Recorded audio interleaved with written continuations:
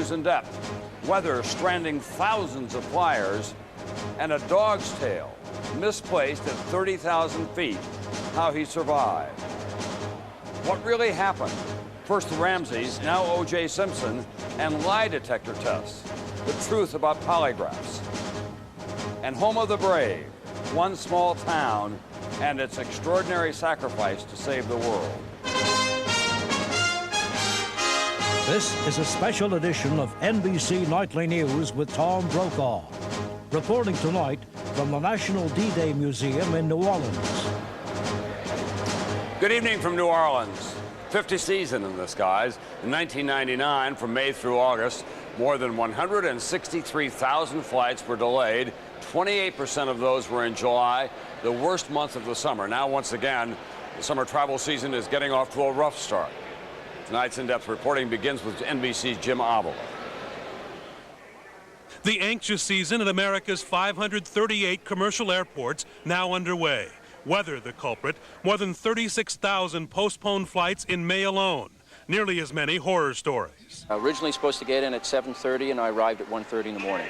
Ross Miller, a Cincinnati electronics salesman, on the road 25 years, veteran of airport delays. You plan to build that into your schedule now. May, a nightmare month in the air, including 4 unusually stormy days with thousands of delays each. The 10th, 2,196 late planes. 2 days later, the 12th, 2,315 cross-country delays. Then a second storm a week later, May 18th, 2,113 delays. May 19th, another 2,150 delays. At O'Hare Airport, volunteers brought donuts and juice to high schoolers stranded overnight. Is this an adventure, guys? Yeah!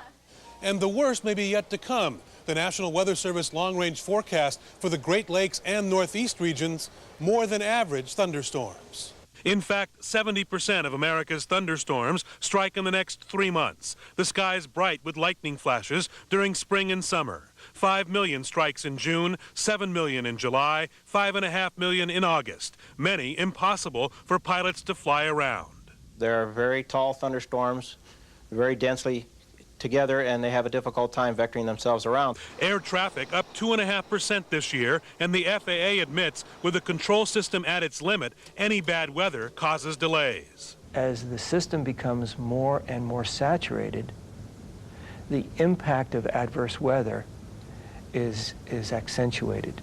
The result, USA Today reporter Dina Temple-Raston stuck in what was supposed to be a 90-minute flight for 5 hours.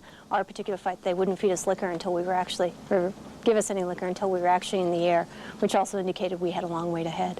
Angry passengers and alcohol, not a good mix in America's crowded skies, now made even worse in these turbulent months. Frequent flyers know as the anxious season.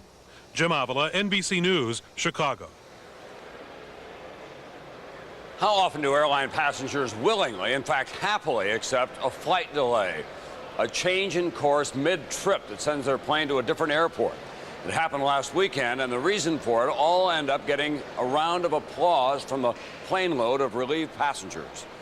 In cooperation with the Washington Post tonight, here's NBC's Robert Hager with A Dog's Tale.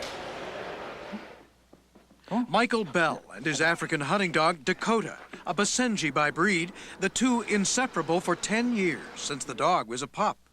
When Bell flies, Dakota flies too, in this cage in the baggage hold. So imagine Bell's shock Saturday flying United from Washington home to San Jose, when about halfway there, Bell was called forward to speak to the captain. And that's when he gave me the news. He said, I hate to tell you this, I just got a call from the ground crew at Dulles that they loaded the dog into the wrong part of the airplane. Instead of the heated cargo hold in the back of the plane like this one, the dog had been loaded in the freezing cold cargo hold in front with limited oxygen. The captain's words? So I'm not sure if your dog is alive or not. But a surprise, the captain gets permission from United to divert the flight, make an unscheduled landing in Denver, try to save the dog. He said for a fact that he would not survive if we went on to San Jose. But how would passengers react to the delay? The passengers were great. You know, there's no objections at all. It takes another 45 minutes to reach Denver and get down. My eyes were all watery, and you know, I was ready to cry a couple times, just staring out the window. just praying, keeping my fingers crossed. On the runway, baggage handlers raced to the cargo hold, Bell watching from the plane. The ground crew gave him a thumbs up, and that meant that he was alive. And he was in his cargo, his crate, alive. And I was just, whoa, I was just a relief. Bending airline rules, the crew lets Bell bring the dog into the cabin for the rest of the trip. I picked him up, walked up the stairs, walked into the airplane, started walking down the aisle, then all the passengers came up and started cheering and clapping, and saying, yay, yay, yay. Today, Bell's back at home with Dakota. The flight attendants that were on the plane, they were saying, I don't remember a pilot ever diverting a plane to, for an animal. In the end, the plane was only a half hour late into San Jose, and passengers seemed not to mind. 30 minutes that saved a dog's life. Robert Hager, NBC News, Washington. Up next, amid new controversies about old murder cases, the truth about lie detector tests. Tomorrow.